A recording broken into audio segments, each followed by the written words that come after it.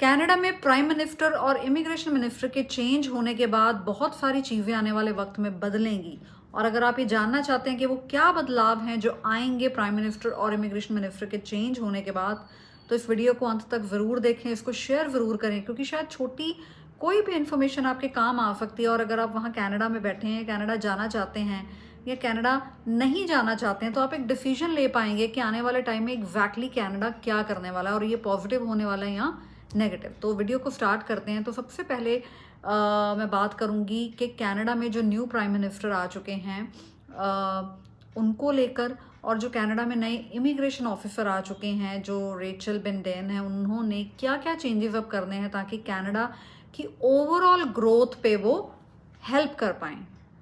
Prime minister mark Carney और Rachel बेंडेन जो immigration minister हैं, ये दोनों जो भी करने वाले हैं आने वाले टाइम में, वो बिल्कुल इकोनॉमी को मद्देनज़र रख के होगा, क्योंकि जो प्राइम मिनिस्टर हैं कनाडा के वो ऑलरेडी इकोनॉमिस्ट हैं। वो बैंक ऑफ इंग्लैंड और बैंक ऑफ कनाडा में बहुत लंबे दौर तक गवर्नर रह चुके हैं। मतलब इकोनॉमी को जितने ध्यान से, जितनी बारीकी से वो देखते हैं, ऑब्जर्व करते हैं, वो शायद एक्स गवर्नमेंट इतना ध्यान से नहीं देख पाई, जो कि कनाडा में इतनी प्रॉब्लम्स को बच्चों को फेस करना पड़ रहा है। तो इमिग्रेशन मिनिस्टर ने भी ये डिक्लेयर कर दिया है कि जो भी हम चेंजेस आने वाले टाइम में इमिग्रेशन से रिलेटेड लेंगे वो प्योरली इकोनॉमी को ध्यान में रख के होगा। ऐसा नहीं है कि बस अंधाधुंध कोई भी नया रूल बना दिया जाएगा और उसको फॉलो कर दिया जाएगा। जो भी चेंजेस लाए जाएंगे वो कनाडा की बढ़ोतरी में बेनिफिट करेंगे तो ही लाए जाएंगे। उन्होंने एक बहुत ही अच्छी बात बोली है कि आने वाले टाइम में वीज़ाज या इमिग्रेशन के जो भी डिसीजन ले जाएंगे उस पर देखा जाएगा कि इकोनॉमी कितनी बेनिफिट ले रही है। क्योंकि वो कहते हैं कि अगर हमारी इकोनॉमी में हमें लगता है कि इमिग्रेशन से रेवेन्यू जनरेट होता है या हो रहा है, तो हम उस तरफ चल पड़ेंगे, यानी कि वीज़ाज को देने की तरफ चल पड़ेंगे।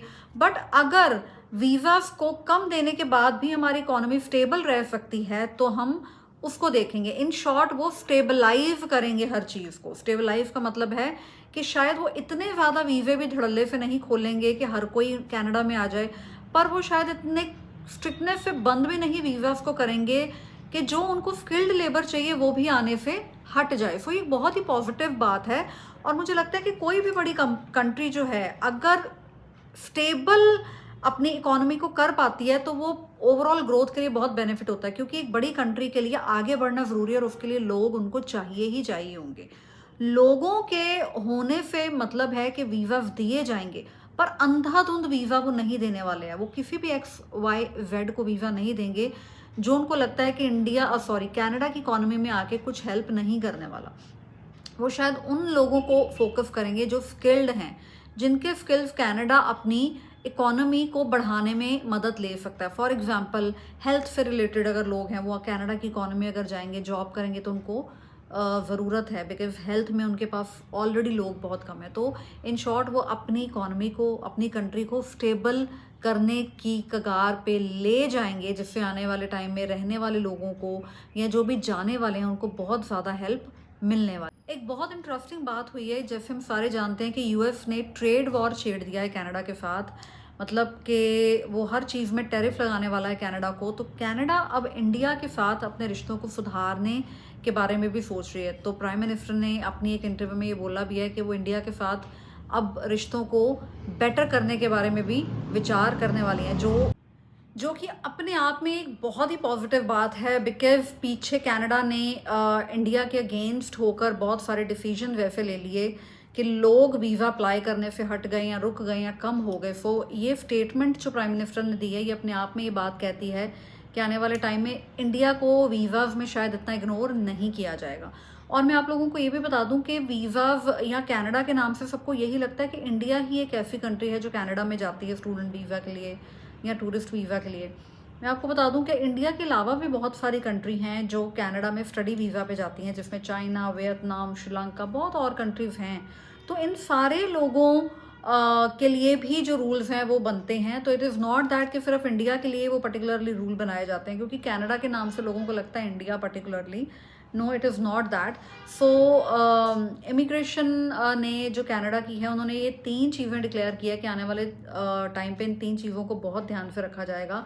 हाउसिंग, क्योंकि रहने में वहाँ कई जगह पे प्रॉब्लम है, दूसरा हेल्थ और तीसरा सोशल वेलफेयर।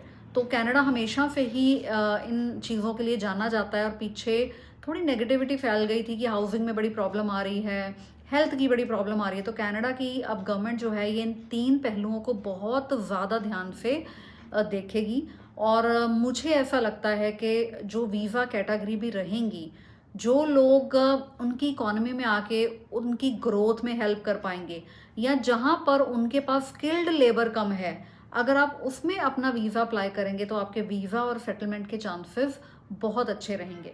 और मैं हमेशा से एक और बात कहती हूँ कि कोई भी बड़ी इकोनॉमी अगर होती है जहाँ पर पॉपुलेशन इतनी ज़्यादा नहीं होती, वहाँ क्या हो जाता है, जैसे कनाडा जैसी कंट्री में क्या हुआ है कि 2-3 मेन शहर हैं कनाडा के जहाँ हर बच्चा बसना चाहता है, टोरंटो, वैंकूवर, ब्रैम्पटन।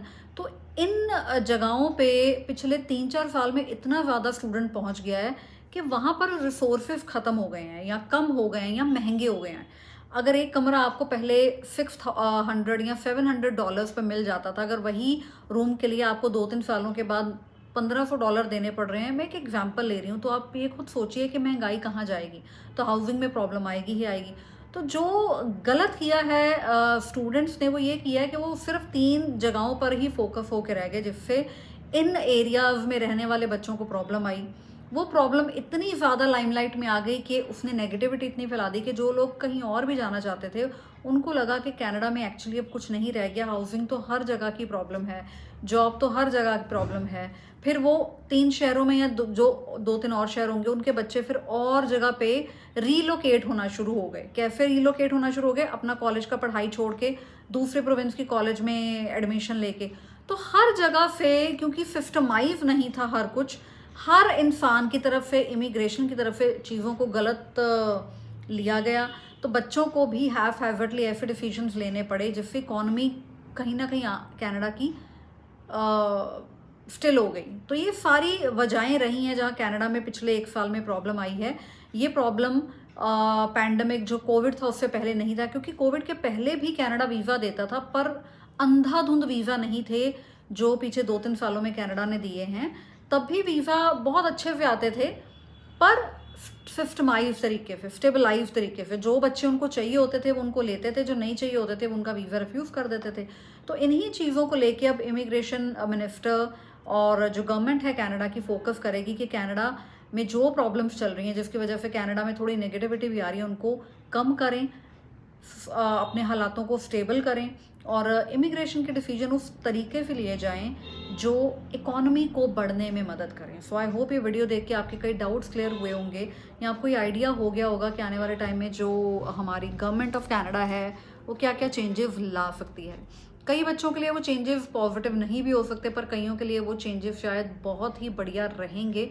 अब डिपेंड करता है कि आपने क्या प्रोग्राम लिया हुआ है, आप किस प्रोविंस में बैठे हुए हैं। और मेरा ये राय रहेगा कि कनाडा जैसी कंट्री में बहुत सारी और प्रोविंसेस हैं जहाँ पर आप सेटल हो सकते हैं, if you think you want to settle in Canada.